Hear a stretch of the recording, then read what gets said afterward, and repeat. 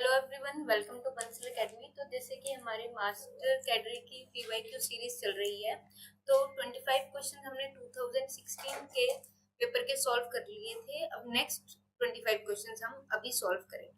चलिए फिर स्टार्ट करते हैं। द गैस रिलीज्ड पहला है the gas release during Bhopal tragedy was. Bhopal tragedy में क्या हुआ था, एक पेस्टिसाइड इंडस्ट्री से गैस रिलीज हुई थी, ठीक है।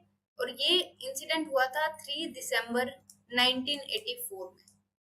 3 दिसंबर 1984 में ये इंसिडेंट हुआ था। और वहां से पेस्टिसाइड की फैक्ट्री थी कोई, वहां से एक गैस रिलीज हुई थी जिससे बहुत सारे लोग हार्म हुए, ठीक है। तो उस जो वो गैस रिलीज हुई थी जो काफी हार्मफुल थी, उसका नाम है methyl isocyanate. Next, the acid rain is formed due to increase in the concentration of which one of the following pair of gases। अब एसिड रेन कब होती है? एसिड रेन होती है जब sulphur dioxide and nitrogen dioxide किससे मिलते हैं? वाटर वेपर से मिलते हैं। और वाटर वेपर से मिलने के बाद ये एसिड रिलीज करते हैं जिसको हम बोल देते हैं sulphuric acid and other one is nitric acid. Sulphuric acid and nitric acid release करते हैं, जिससे क्या होता है, एसिड रेन होती है। और एसिड रेन बहुत हार्मफुल है हमारी क्रॉप्स के लिए भी एंड हमारे मॉन्यूमेंट्स के लिए। जैसे ताजमहल की अगर हम बात करते हैं तो ताजमहल के मॉन्यूमेंट्स का मतलब ताजमहल का के जो मार्बल था, उसका मार्बल बहुत प्रीशियस था। और उसी मार्बल का कलर चेंज हो गया, वो किसकी वजह से हुआ? एसिड रेन की वजह से। तो SO2 and NO2 is our answer. Next, the most important reason for decrease in biodiversity is। अब सबसे ज्यादा बड़ा रीजन क्या है बायोडाइवर्सिटी का डिक्रीज होने का? बायोडाइवर्सिटी क्या होती है? किसी भी जगह में कितनी डाइवर्सिटी है, ठीक है। डाइवर्सिटी मतलब कितने सारे, मान लो एक रूम है, एक रूम में क्या है, 10 चूहे हैं, ठीक है। 10 चूहे हैं, 10 बिल्लियां हैं, ठीक है। और एक रूम है उसमें 5 चूहे हैं, 5 बिल्लियां हैं, 5 कुत्ते हैं। तो डाइवर्सिटी कहाँ ज्यादा हुई? जितने डिफरेंट टाइप के ऑर्गेनिज्म होंगे उतनी ज्यादा डाइवर्सिटी। तो डाइवर्सिटी कहाँ ज्यादा हुई? सेकंड वन वाले। तो हमारा आंसर क्या है यहाँ पे? The most important reason for decrease in biodiversity is. अब बायोडाइवर्सिटी क्यों डिक्रीज हो रही है ज्यादा से ज्यादा? ठीक है, यहाँ पे डॉग भी है। बायोडाइवर्सिटी इसलिए डिक्रीज हो रही है क्योंकि पॉपुलेशन बढ़ती जा रही है और हैबिटेट की हम क्या कर रहे हैं, जंगल को काट काट के क्या कर रहे हैं, अपने मकान बना रहे हैं, अपनी बिल्डिंग्स बना रहे हैं। तो उसी हैबिटेट डिस्ट्रक्शन की वजह से बायोडाइवर्सिटी कम हो रही है, जंगल कम हो रहे हैं, ठीक है। हाँ, ये सारी भी चीजें बायोडाइवर्सिटी को कम कर रही है, but the most important reason पूछा है तो हैबिटेट डिस्ट्रक्शन आएगा उसका answer. The conservation of living species within their natural habitat is called. अब क्या है, लिविंग स्पीशीज को कंजर्व करना है, ठीक है, उनके नेचुरल हैबिटेट में। लिविंग स्पीशीज को कंजर्व करना उनके नेचुरल हैबिटेट में, उसको क्या बोल देते हैं हम? In situ conversation, sorry in situ conservation, in situ conservation, ठीक है। अब देखो, इन विट्रो क्या होता है? इन विट्रो होता है किसी लैब में करना, एक्स विट्रो लैब के बाहर करना, तो ये तो कोई बात नहीं बनी। एक्स सिटू होता है अपने नेचुरल इन्वायरमेंट के बाहर करना। तो conservation of living species within their natural habitat is called in situ. It situ आ गया यहाँ पे, this is typing error, in situ conservation आएगा। Next, a high biological oxygen demand indicates that. अब क्या था कि जब बायोलॉजिकल ऑक्सीजन डिमांड काफी ज्यादा होगी तो उससे क्या होगा, मतलब ये बात हो रही है जब माइक्रोब्स को यूज किया जाता है पोल्यूशन को कम करने के लिए, ठीक है। माइक्रोब्स क्या करते हैं, ऑर्गेनिक वेस्ट, इनऑर्गेनिक वेस्ट को ऑर्गेनिक में कन्वर्ट कर देते हैं, ठीक है। इनऑर्गेनिक वेस्ट को ऑर्गेनिक में कन्वर्ट कर देते हैं। अब जितना वेस्ट ज्यादा होता है, जितना पोल्यूशन ज्यादा होता है, उतनी बायोलॉजिकल ऑक्सीजन डिमांड ज्यादा होती है, क्योंकि वो जो बैक्टीरिया काम कर रहे हैं वो कैसे हैं? एरोबिक। उनको क्या चाहिए? उनको ऑक्सीजन चाहिए। अब बायोलॉजिकल ऑक्सीजन डिमांड जितनी ज्यादा होगी उतना क्या होगा, हाई मतलब उतनी हाई लेवल का माइक्रोबियल पोल्यूशन है। तो हमारा आंसर हो जाता है 4। Next, electroporation facilitates the introduction of foreign DNA into target organism by. अब इलेक्ट्रोपोरेशन क्या है, एक मेथड है जिसमें हम इलेक्ट्रिक पोटेंशियल देते हैं उसको, ठीक है, इलेक्ट्रिक पोटेंशियल दिया जाता है, मतलब इलेक्ट्रिक शॉक टाइप दिया जाता है किसको, सेल वॉल को, राइट। अब उससे क्या होता है कि हम उसकी सेल वॉल की पोरोसिटी को चेंज करते हैं, जिससे कि फॉरेन डीएनए को आराम से इंसर्ट कर दिया जाता है। मतलब सेल वॉल क्या करती है, सेल वॉल बैरियर नहीं बनती, तो आराम से वो फॉरेन डीएनए उसमें इंसर्ट कर दिया जाता है, किसमें, target organism. Next, which one of the following is the best method to determine bacteriophage concentration in a sample. किसी भी सैंपल में बैक्टीरियोफाज क्या है, virus which attack on bacteria. Bacteriophage क्या है, वायरस विच अटैक बैक्टीरिया, ठीक है, ऐसा वायरस जो बैक्टीरिया पे अटैक करता है, तो इसको क्या बोल देते हैं, बैक्टीरियोफाज। और हमारा आंसर हो जाता है प्लेक एसे, वो टेक्निक है जो बैक्टीरियोफाज की कंसेंट्रेशन, किसी भी सैंपल में बैक्टीरियोफाज की कंसेंट्रेशन को बताती है। Next, a protein is poorly expressed in a disease tissue to determine whether the defect is at the level of transcription और translation, which one of the following blotting technique will be employed. अब बात कहाँ हो रही है, transcription और translation की। Transcription क्या है, ट्रांसक्रिप्शन होता है आरएनए का बनना एंड ट्रांसलेशन इज प्रोटीन का बनना। अब इन दोनों के लिए हमें डिफेक्ट कहाँ मिलता है, देखिए आरएनए के लिए जो होता है वो नॉर्दर्न प्लॉटिंग बताती है, एंड प्रोटीन के लिए इफेक्ट कौन बताती है, वेस्टर्न प्लॉटिंग, ठीक है। तो हमारा आंसर है 3rd। Next, the recombinant DNA human health care product developed for treating haemophilia, haemophilic is, अब हीमोफिलिक रिलेटेड होती है ब्लड से। ब्लड में क्या होता है कि जो क्लोटिंग फैक्टर होता है वो नहीं होता, मतलब ब्लड हमारा जमता नहीं है, बहता रहता है। अगर कोई कट वगैरह लग गया, कोई इंजरी वगैरह हो, तो उसके लिए जो रिकॉम्बिनेंट डीएनए बनाया गया है इसको ट्रीट करने के लिए, वो है कोएगुलेशन फैक्टर 9, कोएगुलेशन फैक्टर 9, ठीक है, done. Next, the modification of exogenous compounds by plant cells during their culture is known as। अब कुछ बाहर के कंपाउंड्स होते हैं जिनको प्लांट कल्चर में क्या किया जाता है, मॉडिफाई किया जाता है with the help of catalyst, catalyst की हेल्प से वो किया जाता है, तो उसी को क्या बोल देते हैं, बायो ट्रांसफॉर्मेशन। उसके लिए एक टर्म है bio transformation. Next, hairy root cultures for secondary metabolites production are induced by transferring plant cells with which one of the following।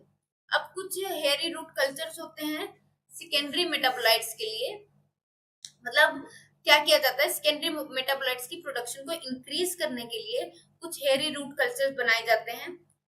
उसमें क्या करते हैं, प्लांट सेल्स को ट्रांसफर करना पड़ेगा, तो वो किसकी हेल्प से होता है, एग्रोबैक्टीरियम राइजोजीन्स। ये रूट के काम आता है, राइजो मतलब रूट, तो यहाँ से आपको याद रहेगा एग्रोबैक्टीरियम राइजोजीन्स, ये क्या है, एक बैक्टीरिया है जिसकी हेल्प से ये सारा काम किया जाता है। Next, a non-directed physical-chemical interaction between heavy metals and microbial surface is। अच्छा, अब इसमें क्या होता है कि फिजिको केमिकल इंटरेक्शन, मतलब कुछ रिएक्शंस करवाए जाते हैं हैवी मेटल्स के बीच और माइक्रोब्स के बीच, उसके लिए एक टर्म है बायोसॉर्प्शन, उसको बोला जाता है, ठीक है। Next, the presence of indefinite stamens is a characteristic feature of end, ठीक है। अब नेक्स्ट है हमारा the presence of indefinite stamens is the characteristic feature of family. आलू फैमिली की अगर हम बात करें, अच्छा बैंगन में कितने सारे सीड्स होते हैं, बैंगन की बात कर ले हम, टमाटर की बात कर ले, वहां से याद रखना, सीड से याद रखना। वैसे तो स्टेमेंस की बात हो रही है, फ्लावर की बात हो रही है, स्टेमेंस की बात हो रही है, स्टेमेंस मतलब मेल पार्ट। अब यहाँ पे याद रख लेना, उसी से सोलेनेसी में ये सारी चीजें। नेक्स्ट, क्योंकि ये सारे तीनों solanum tuberosum, solanum lycopersicum, solanum melongena, ये सारे इसी में आते हैं। तो सोलेनम सोलेनेसी फैमिली को बिलोंग करते हैं, तो हमारा आंसर है solanaceae. Next, Carolus Linnaeus is credited with introducing. अच्छा, कैरोलस लिनियस ने क्या किया था? बाइनोमियल नोमेनक्लेचर को इंट्रोड्यूस किया था। बाइनोमियल नोमेनक्लेचर है क्या? साइंटिफिक नेम देना, किसी ऑर्गेनिज्म को एक साइंटिफिक नेम देना, जैसे मान लो मैंगीफेरा इंडिका, जैसे मान लो मैंगीफेरा इंडिका, ठीक है। अब मैंगीफेरा इंडिका क्या है? मैंगो है, ठीक है। मैंगो की हम बात कर रहे हैं, तो मैंगो में क्या होता है? मतलब ये इसका नाम हम आम बोलते हैं, कोई आम बोलता है, मतलब अलग अलग नाम है मैंगो के, बट एक पर्टिकुलर नाम है मैंगो का जो पूरे वर्ल्ड में चलता है विदाउट एनी, मतलब किसी शक के बिना चलता है। तो उसको क्या बोल देते हैं हम? Binomial nomenclature. दो नाम का है, जिसमें एक जीनस आता है और एक स्पीशीज आती है, और एक वर्ल्ड फेमस है ये, ठीक है, और ये वर्ल्ड फेमस है। चलो next, kelp is obtained from. Kelp क्या है? कैल्प है लार्जेस्ट एल्गी। कैल्प है लार्जेस्ट एल्गी, और ये मिलती है जैसे अगर हम बात करें पानी में, मेरीन एल्गी है, मेरीन एल्गी है, लार्जेस्ट एल्गी है, ठीक है। और कैल्प्स इज ऑब्टेन्ड फ्रॉम, और ब्राउन एल्गी है। सबसे बड़ी बात ये क्या है? ब्राउन एल्गी, ठीक है। मेरीन एल्गी हमारा आंसर है, एंड मेरीन एल्गी क्या, कैल्प्स क्या है? Brown algae. अच्छा, the unique feature of bryophytes as compared to other green plant groups is that. अब ब्रायोफाइट्स में यूनिक फीचर क्या है?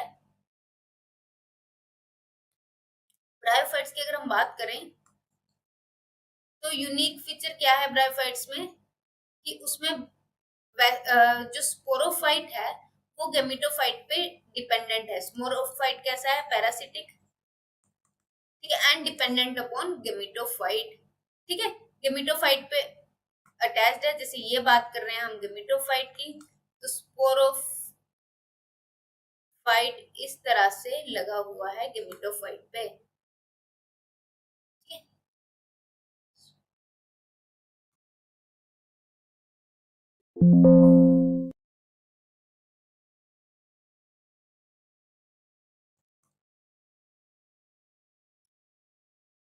ठीक है, तो गेमिटोफाइट इस तरह से लगा हुआ है, कहाँ? एक सेकेंड।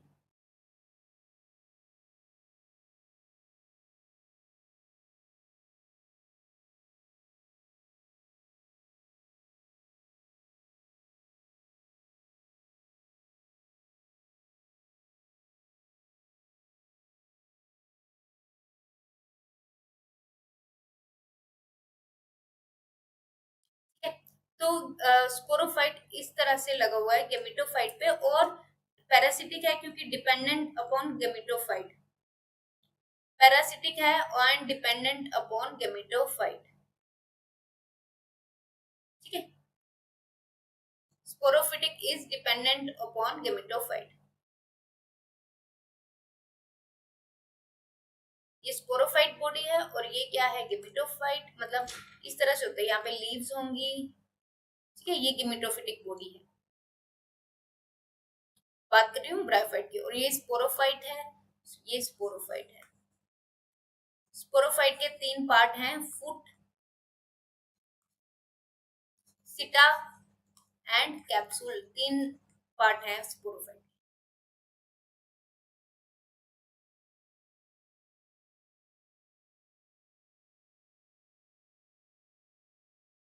डन। अब fern differs from moss in having. कोई भी फर्न मॉस से अलग क्यों है? क्योंकि फर्न्स के पास क्या है? इंडिपेंडेंट स्पोरोफाइट है। मॉस क्या है? ब्रायोफाइट, अभी अभी बताया, ब्रायोफाइट का स्पोरोफाइट डिपेंडेंट है गेमिटोफाइट पे। अब the phloem of gymnosperms differ from angiosperms in having. Gymnosperms में क्या होता है? सीव ट्यूब्स नहीं होते, ठीक है, सॉरी, हाँ, जिम्नोस्पर्म्स में ना सीव ट्यूब होते हैं, ना कंपेनियन सेल्स होते हैं, ठीक है। अब the phloem of gymnosperm differs from angiosperms in having. अच्छा, एंजियोस्पर्म्स के पास ऐसा क्या होता है? The phloem of gymnosperm differs from angiosperms in having parenchyma दोनों में होता है। चलो मैं इसको देखती हूँ, इस क्वेश्चन को। No companion cells, companion cell gymnosperms में नहीं होते हैं, एंजियोस्पर्म्स में होते हैं। सीव ट्यूब्स एंजियोस्पर्म में होती हैं। ये दोनों तो फीचर एंजियोस्पर्म्स के हैं। पेरेन्काइमा एंड स्क्लेरेन्काइमा टिश्यू दोनों फाइबर्स दोनों में होता है, मोनोकोट्स में जनरली होता है। ठीक है, तो पेरेन्काइमा भी नहीं। चलो देखते हैं इसको। Which of the following feature distinguish a monocot plant from a dicot plant? Venation का फर्क होता है मोनोकोट एंड डाइकोट में। मोनोकोट की वेनेशन कैसी होती है? पैरेलल। डाइकोट की कैसी होती है? डाइकोट की कैसी होती है? रेटिकुलेट। ठीक है, डाइकोट की वेनेशन कैसी होती है? रेटिकुलेट, इस तरह से। ये है पैरेलल और डाइकोट की है रेटिकुलेट।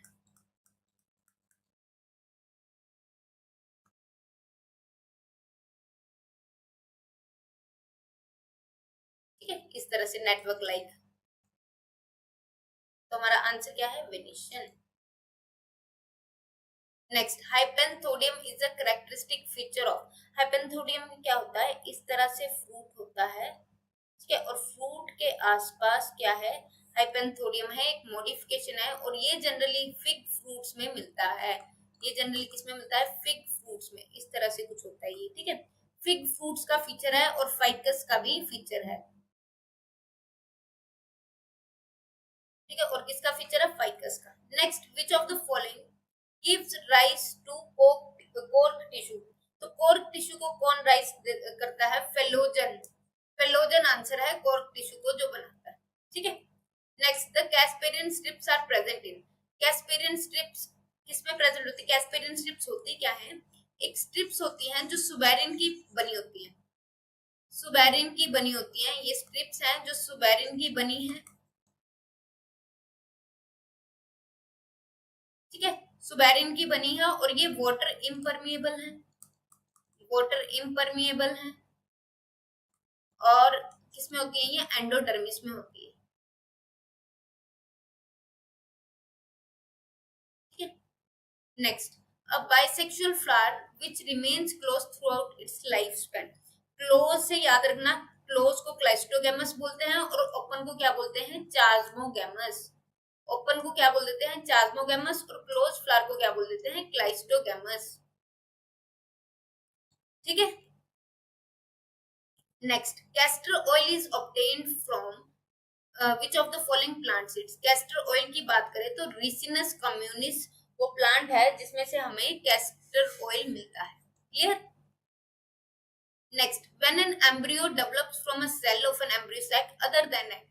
एग से नहीं बना है एम्ब्रियो, बाकी किसी सेल से बना है, तो उस कंडीशन को बोल दिया जाता है एपोस्पोरी। पार्थिनोकार्पी हमें पता है, जैसे केले का फ्रूट वो बिना फर्टिलाइजेशन के बनता है। पार्थिनोजेनेसिस बिना ये भी इसी का पार्ट होता है, बिना सीड के बनना कुछ भी।